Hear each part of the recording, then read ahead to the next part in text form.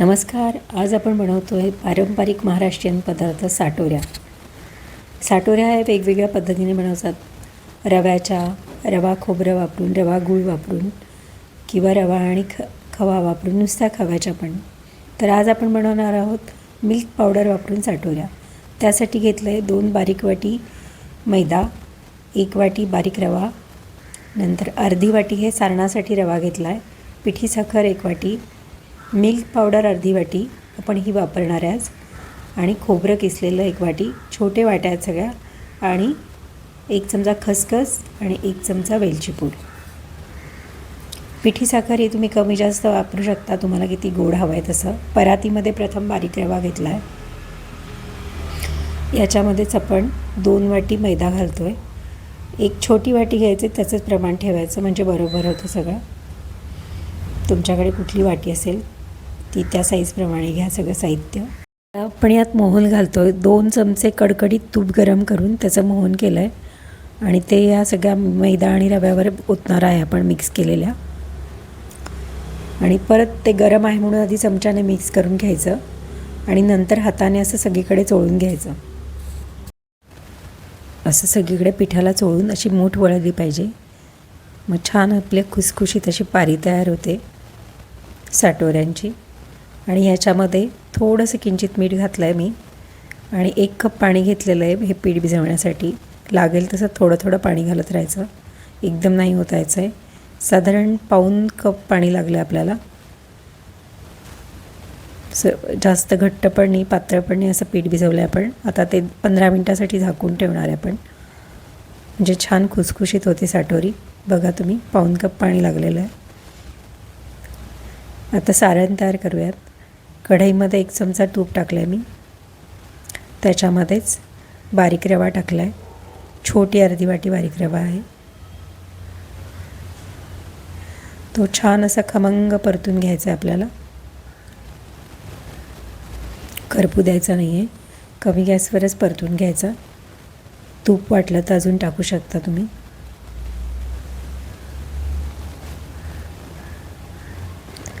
आणि नंतर याला मी थोडासा पाण्याचा हपका मारला आहे, दुधाचाही मारला तरी चालू शकतो, म्हणजे रवा छान हलका होतो.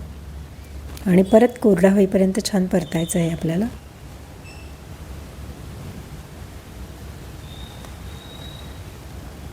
आता याच्यामध्येच 1 वाटी खोबरं, किसलेलं सुकं खोबरं आहे,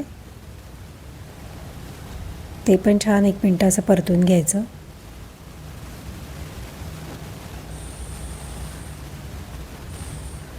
छान असा रंग आला आहे खरपूस दोन्हीचा पण.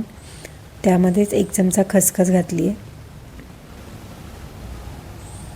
आपला गॅस खूप कमीच आहे.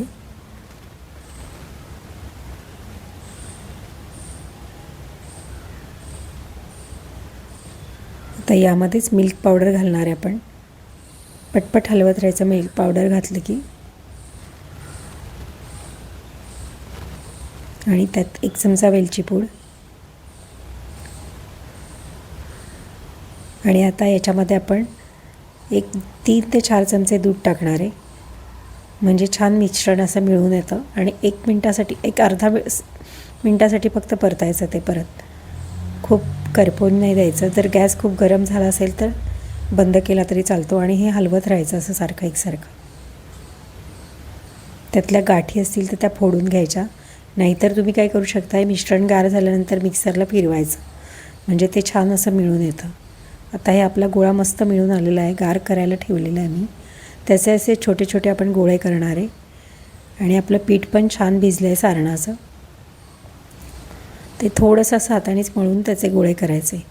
साधारण याच्यामध्ये 7 मीडियम साईजच्या साटोऱ्या होतात. मीडियम म्हणजे बऱ्यापैकी मोठ्या असतात त्या साटोऱ्या. साधारण लहान आकाराच्याच असतात, खूप मोठ्या नसतात. आता पिठाचा गोळ्यापेक्षा थोडासा सारणाचा गोळा मोठा घ्यायचा, आणि आपण जसं पुरण भरतो उंड्यामध्ये तसं भरायचं. आणि असं हाताने हलकेच दाबून. आता तवा एकीकडे गरम करायला ठेवला आहे, त्याच्याकडे तूप लावून घेतलं आहे थोडं, आणि थोडं पीठ भरभरून पोळपाटावर त्याच्यावर हलक्या हाताने साटोऱ्या लाटायच्या. खूप जास्त जोर लावायचा नाही, हलक्या हाताने लाटलं की सारण व्यवस्थित सगळीकडे पसरलं जातं. आणि साईज ही तुम्हाला छोटी मोठी कशी हवी त्याप्रमाणे ठेवा. छान लाटली जाते साटोरी. साधारण या साईजची मी साटोरी केली आहे. तर थोडंसं परत तूप लावलं आहे. छान अशा भरपूर तुपावर साटोऱ्या आपल्याला भाजून घ्यायच्यात. एकदम खमंग भाजल्या जातात. गॅस आपण मीडियम गॅस ठेवलेला आहे. असं तूप लावायचं दोन्ही साईडनी. एकदम खरपूस होईपर्यंत साटोरी भाजायची, म्हणजे खूपच टेस्टी होते ती.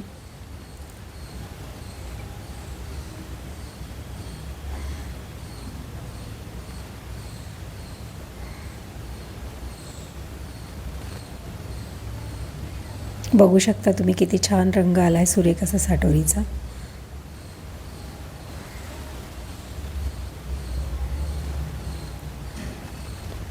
आपली अशी खमंग साटोरी तयार आहे गरमागरम. मस्त वरती तूप लावून घ्यायचं. तूप हे तुम्ही आवडीप्रमाणे कमी जास्त करू शकता, पण तुपाने छानच खमंगपणा येतो त्याला. मस्त झाली आहे एकदम खमंग खुसखुशीत साटोरी. गरम असताना ती मऊ असते, पण गार झाली की थोडीशी कडक अशी छान होते खुसखुशीत.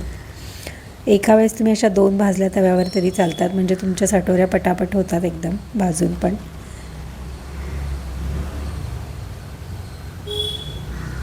अशा प्रकारे आपण सगळ्या साटोऱ्या बनवून घेतलेल्या आहेत. एकदम खमंग खुसखुशीत अशा आपल्या साटोऱ्या तयार झालेल्या आहेत. आता गार झाल्यावर साटोरी आपण अशी मधनं मोडणार आहे. बघा किती खुसखुशीत आणि आतमध्ये सारण. एकदम परफेक्ट साटोरी तयार.